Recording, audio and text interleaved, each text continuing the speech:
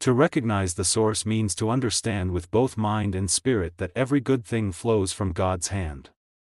Many people speak of faith, but live as if their success depends entirely on their own cleverness and effort.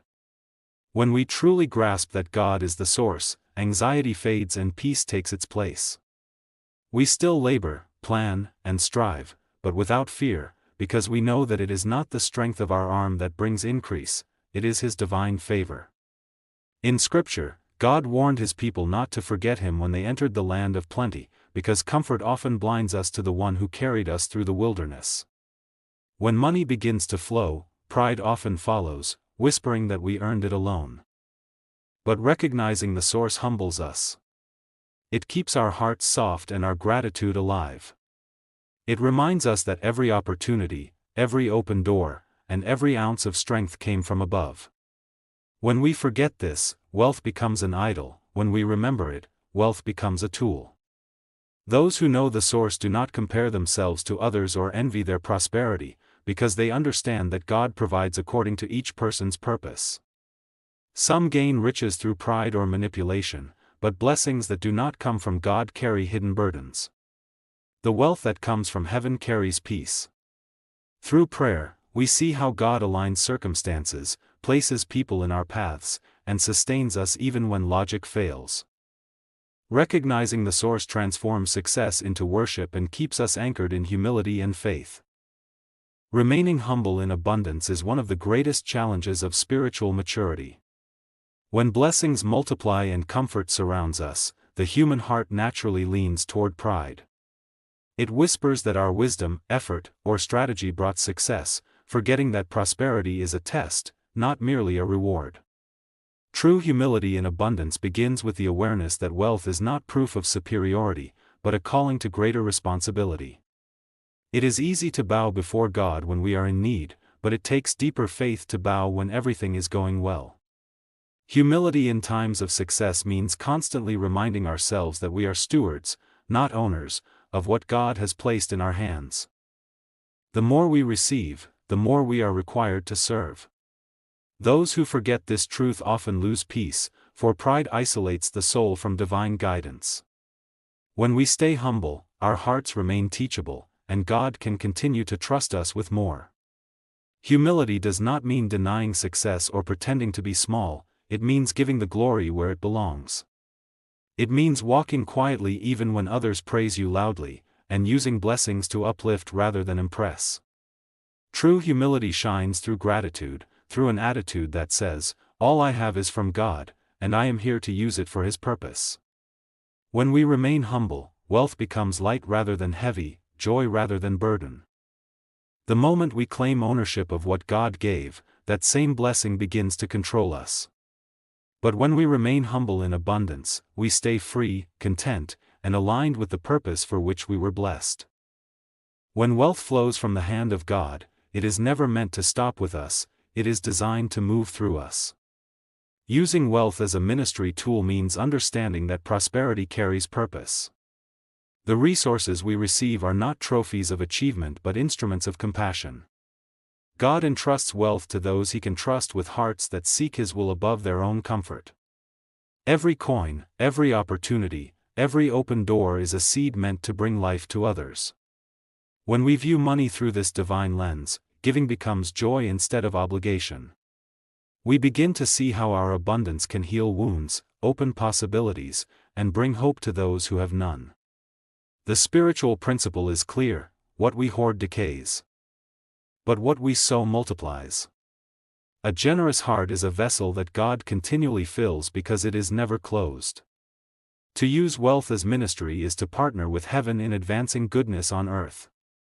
It means supporting those in need, uplifting communities, and investing in things that carry eternal value rather than temporary applause. True prosperity is measured not by how much we keep, but by how much impact we create. The greatest satisfaction of divine blessing is seeing others rise because we were faithful stewards. When money is used for ministry, it sanctifies the material world, it transforms wealth into worship. It teaches us that our purpose is not to build monuments to ourselves but to build bridges for others to reach the light of hope and faith. Guarding your heart against vanity is one of the most vital disciplines when blessings begin to manifest. The moment success arrives, pride waits at the door, whispering that you are greater than others, that you deserve special treatment, that your achievements make you untouchable. Vanity blinds the soul to truth and slowly separates a person from the grace that brought them forward. When we allow pride to grow, we begin to speak more than we listen, to show more than we serve, and to depend more on appearance than substance.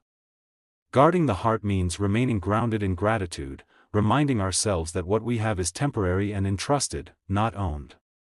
Silence becomes a shield in this process because quietness protects us from self-display. When we stay silent about our success, we give space for God's glory to speak louder than our words. It is not necessary to announce divine favor, it will reveal itself through the peace, dignity, and character we carry. Those who guard their hearts know that arrogance is a thief, it steals wisdom, humility, and divine favor. But those who stay humble in silence keep their connection to heaven strong. Vanity seeks attention, but wisdom seeks purpose. Guarding your heart is not about fear of losing wealth but about protecting the purity of your soul amidst abundance. When our hearts are pure, we can handle prosperity without corruption.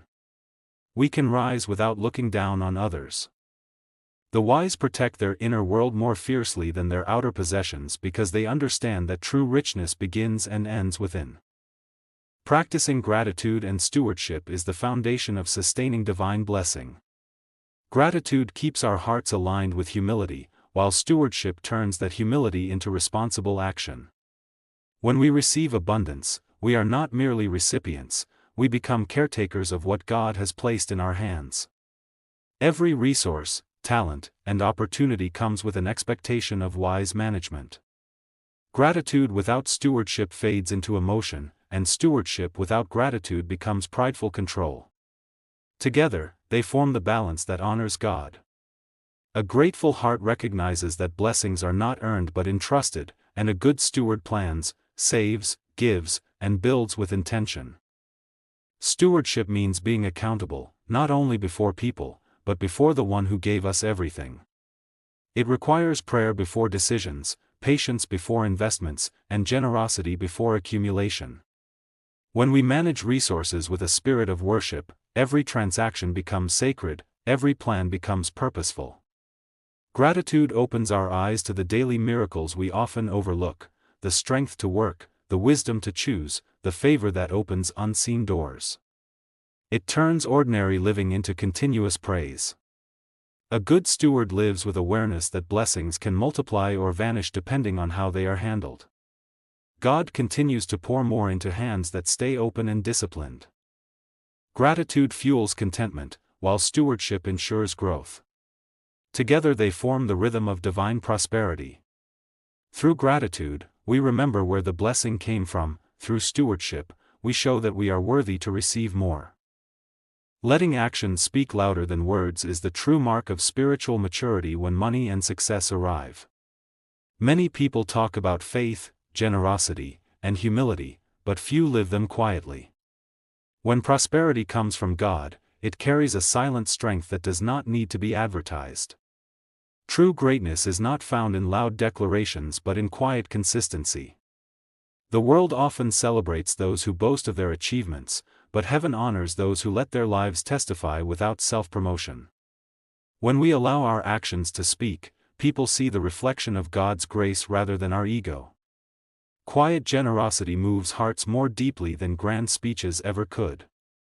It is in the unseen moments, the help given without recognition, the support offered without credit, the kindness shared without expectation, where divine love is revealed.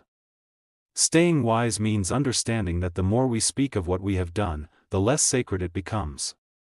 Silence preserves the purity of our intentions and protects the blessing from vanity. Actions rooted in love, compassion, and integrity carry a fragrance that draws others toward goodness. The most powerful testimony is a life that reflects gratitude through behavior, not words. Wisdom is shown through restraint, knowing when to act and when to remain silent.